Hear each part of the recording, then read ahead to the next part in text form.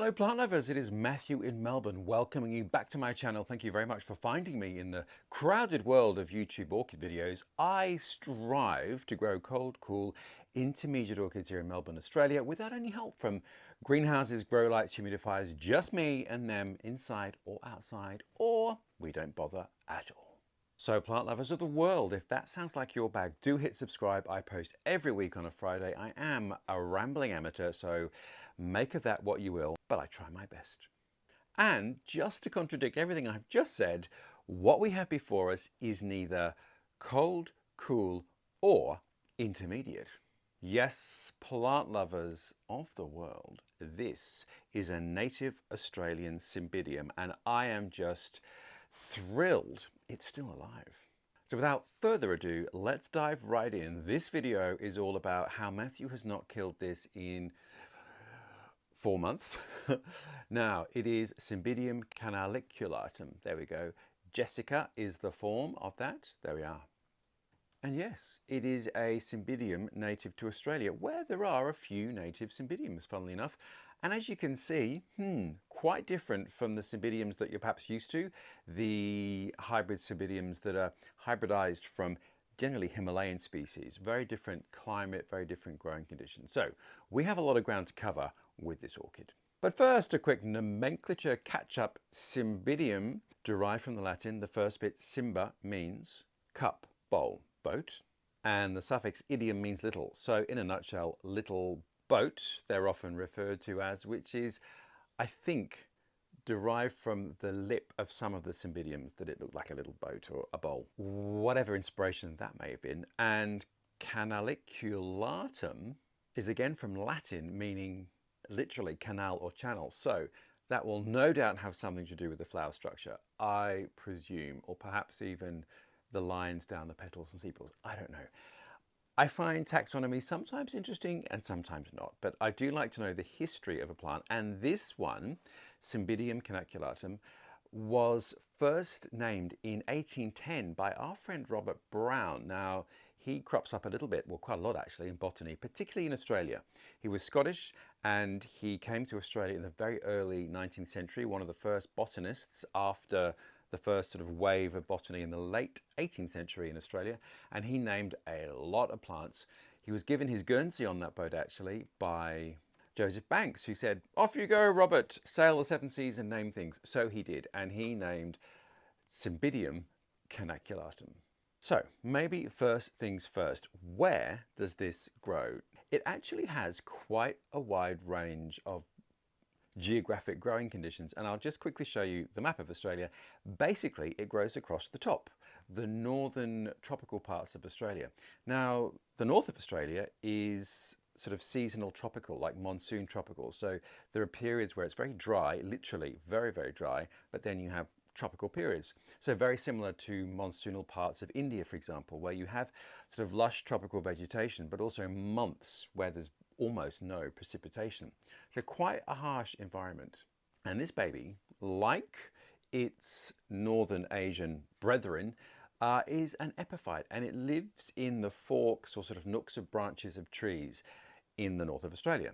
Now imagine, of course, that Australian native trees, eucalypts largely, are evergreen, but not a very dense canopy either. So one of the things about eucalypts is that they do allow quite a lot of sort of broken and filtered light through all year, because of course they don't drop their leaves.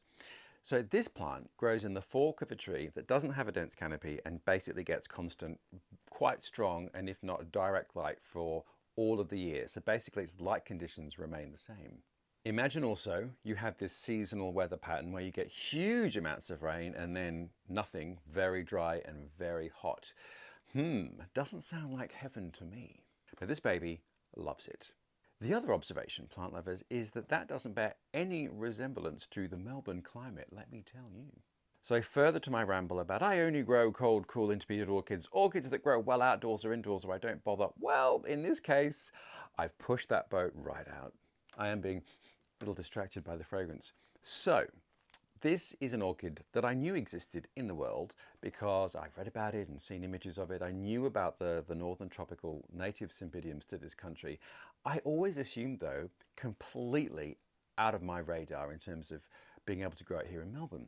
But plant lovers of the world, this is why I say yet again, join an orchid club. Or better still, a specialist organisation. So the narrative arc around this orchid and me is that I have a lot of Cymbidiums, more of the sort of classic Cymbidium. So those Himalayan species types and the hybrids thereof, which are the ones that you see basically everywhere in hardware stores and florists and garden centres around the world. Cool growing, relatively easy to grow once you get the hang of it, amazing large flowers. So I thought, you know what? Maybe I need to meet more people who are specialists and maybe try and find growers and just, further my knowledge about Cymbidiums. And there is a Cymbidium Society here in Victoria, in Australia. I'll put the link below for you. If you're in Victoria, you can have a look too. I imagine in lots of other parts of the world, you'll find Cymbidium societies too. And one of the great things about all such groups is that they have sales. So in September, I took myself off to the Cymbidium Society of Victoria sale, and there were lots of wonderful Cymbidiums, species Cymbidiums, hybrid Cymbidiums, lots of growers, but there was also this. Now, it did have a spike in September. I'm now recording this in December. So the spike took quite a while to mature and open, and ta-da, here we are. The flowers will last a long time, but we'll get to the flowers in a minute. So the thing is, there is this orchid, and I think, never grow that. But there it is in Melbourne, so someone's growing it. And I chatted to the grower, and she said, no, I grow it outside, undercover, no heating. All I do is keep it dry and as bright as possible. So I thought, well, I'm going to give this a good Aussie go. Now, there is a certain amount of risk involved in that because other very experienced growers, much more experienced than me, both rolled their eyes and went, I've always killed canaliculatum. It's impossible for me to keep alive. But I spoke to the grower about what she does, and I thought, well, I'm going to give it a go. If she can do it, I should be able to try and replicate her conditions. And September, October, November, December, 4 months, no death in the family yet. We are still hanging on. So like with many orchids, and many plants in fact, that you're sort of in zonal denial, that you're pushing the boundaries of what you can grow, it's just kind of understanding what the real negative triggers are.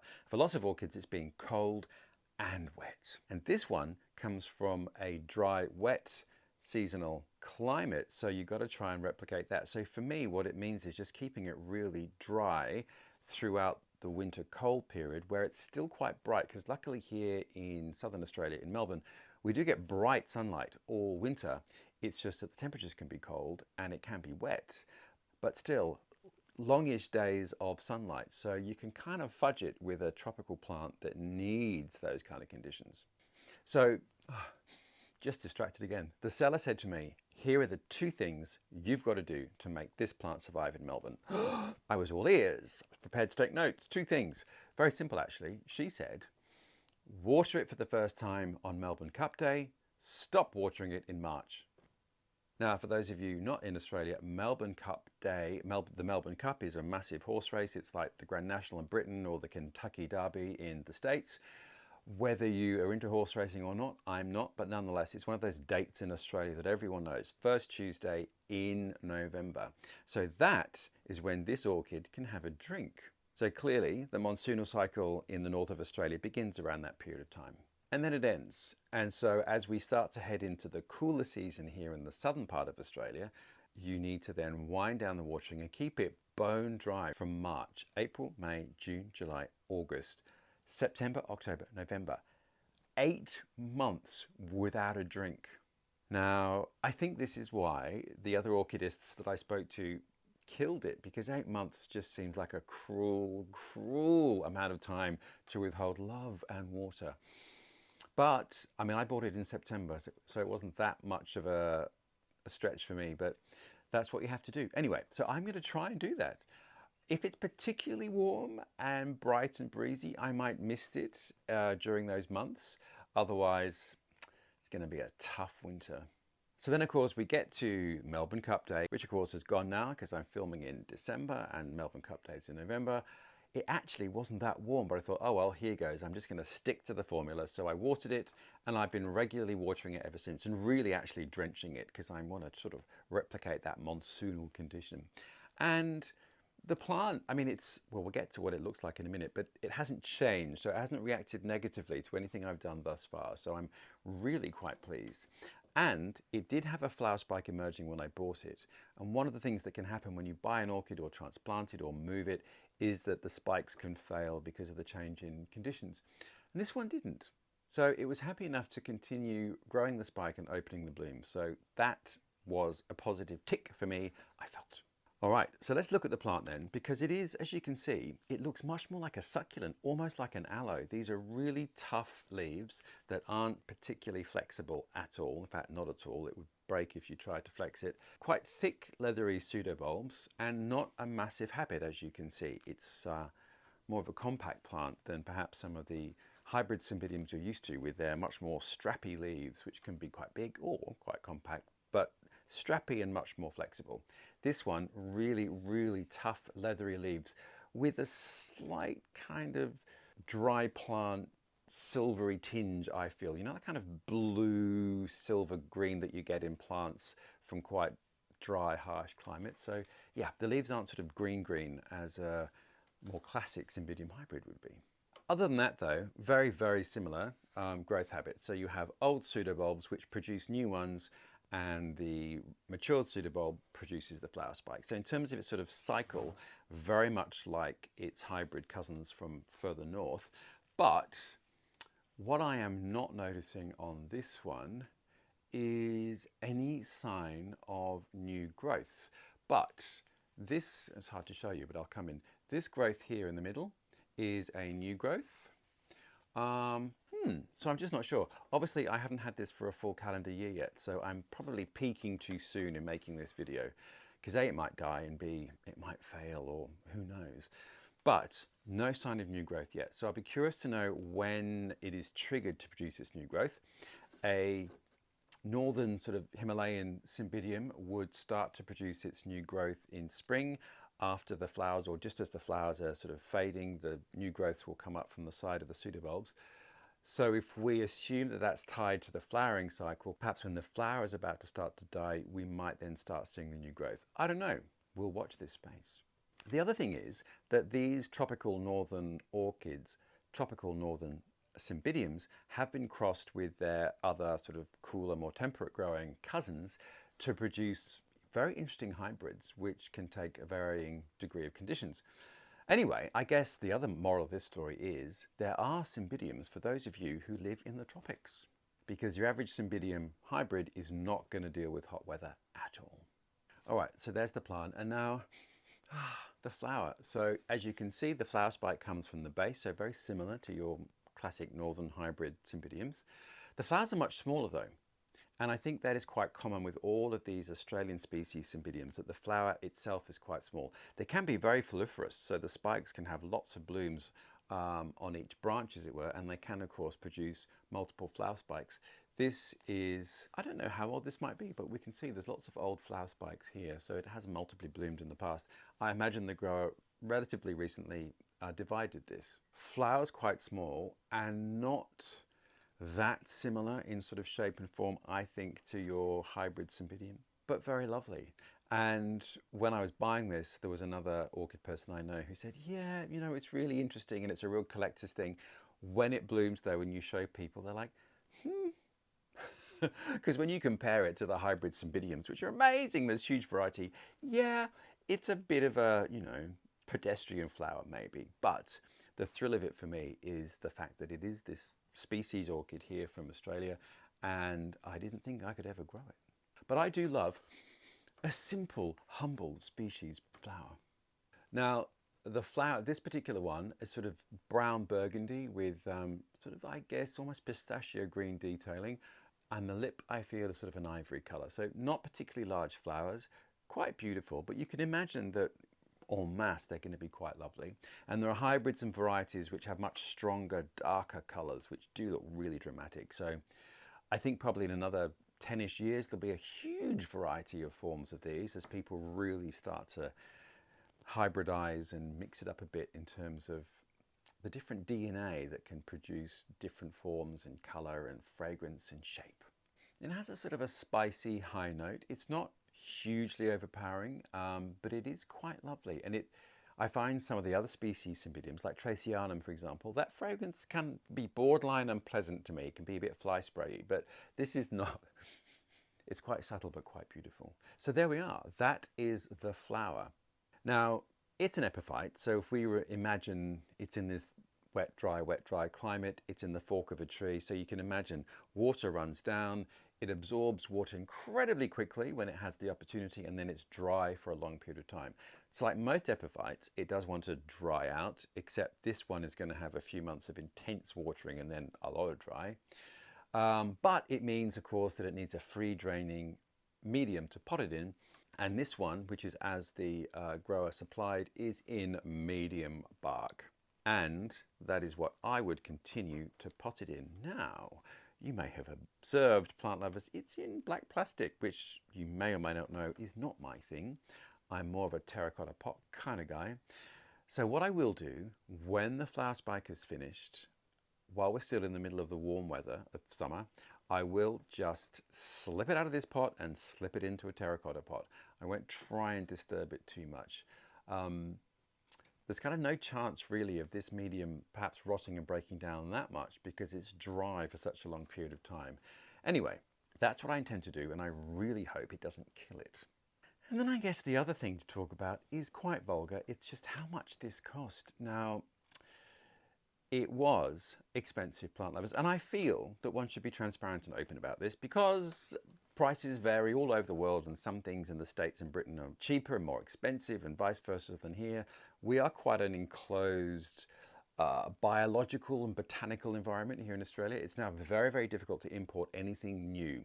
You can actually import orchid flasks, but it's very difficult to bring in live plant material or even seeds these days because we are very protected in terms of our biosecurity. So really, whatever's here is here, and there's not a lot that's going to be coming in. Anyway, this is a native though, but it still cost me $100, which is quite a big risk for something that you could very easily kill, and that other experienced orchidists have said, oh, I killed that. Anyway, I'm determined that my $100 is going to survive and bear fruit. So there we are, plant lovers, Cymbidium canaliculatum Jessica, and we are in midsummer now, and it is blue sky and warm, and this plant is hanging quite high up where it's getting the brightest light possible that I can give it other than direct light, and lots of air movement, and that's where it hangs all year. And it seems quite happy in that spot, so I'm not going to move the spot. I'm just going to change the pot when I feel I've got the nerve, because it's $100 worth of plant. But the bright light, the air movement, and that whole watering schedule are the two really important things to remember.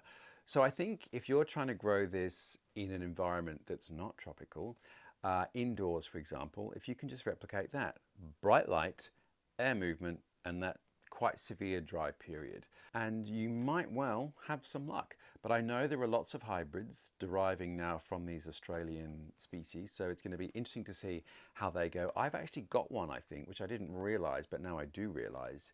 Half of its DNA is from this type and half of it is from a Himalayan Cymbidium. So I'm curious to see if that one manages, because that's just outside in my regular Cymbidium conditions, not being given these sorts of extreme and specialist care conditions that this baby is. Then the only other thing, of course, is fertilizer. And as it is dormant for such a long period of time, or just in stasis in that dry period, I'm only fertilizing it during the summer when it's getting watered. And I'm doing that a lot, obviously, because there's only sort of a 3 to 4 month window whereby I can water this a lot and feed it. So a little topical slow release fertilizer late spring as it starts to gear up, and then liquid-based fertilizers diluted to sort of 1/8, 1/10 of what it recommends on the packet. And that can be anything from fertilizers to tonics, such as a seaweed-based tonic or a worm juice-based tonic, or something that is for general flowering plants, or something that's orchid-specific. I always mix it up so that they don't get bored with the same tedious diet. So there we are, plant lovers. Cymbidium canaliculatum Jessica. I am hopeful I can keep it alive. The whole 8 months without a drink thing is going to be tough for me because I'm a giver and a lover, not a holder back and a denier. But To survive, one must be harsh sometimes. Anyway, so I hope that that is of interest, and I'd be very interested to know if anyone who grows these and grows them really well, because they can leave comments below and help every one of us figure out what we may or may not be doing right or wrong. So yeah, curious to know if anyone else has experience with these, and wish me luck as we go through summer, into autumn, into winter, and I have to withhold my love. But wherever you are, plant lovers, I hope all is well, that your orchids are smiling upon you, that the sun is shining, that all is well, and I look forward to seeing you next week.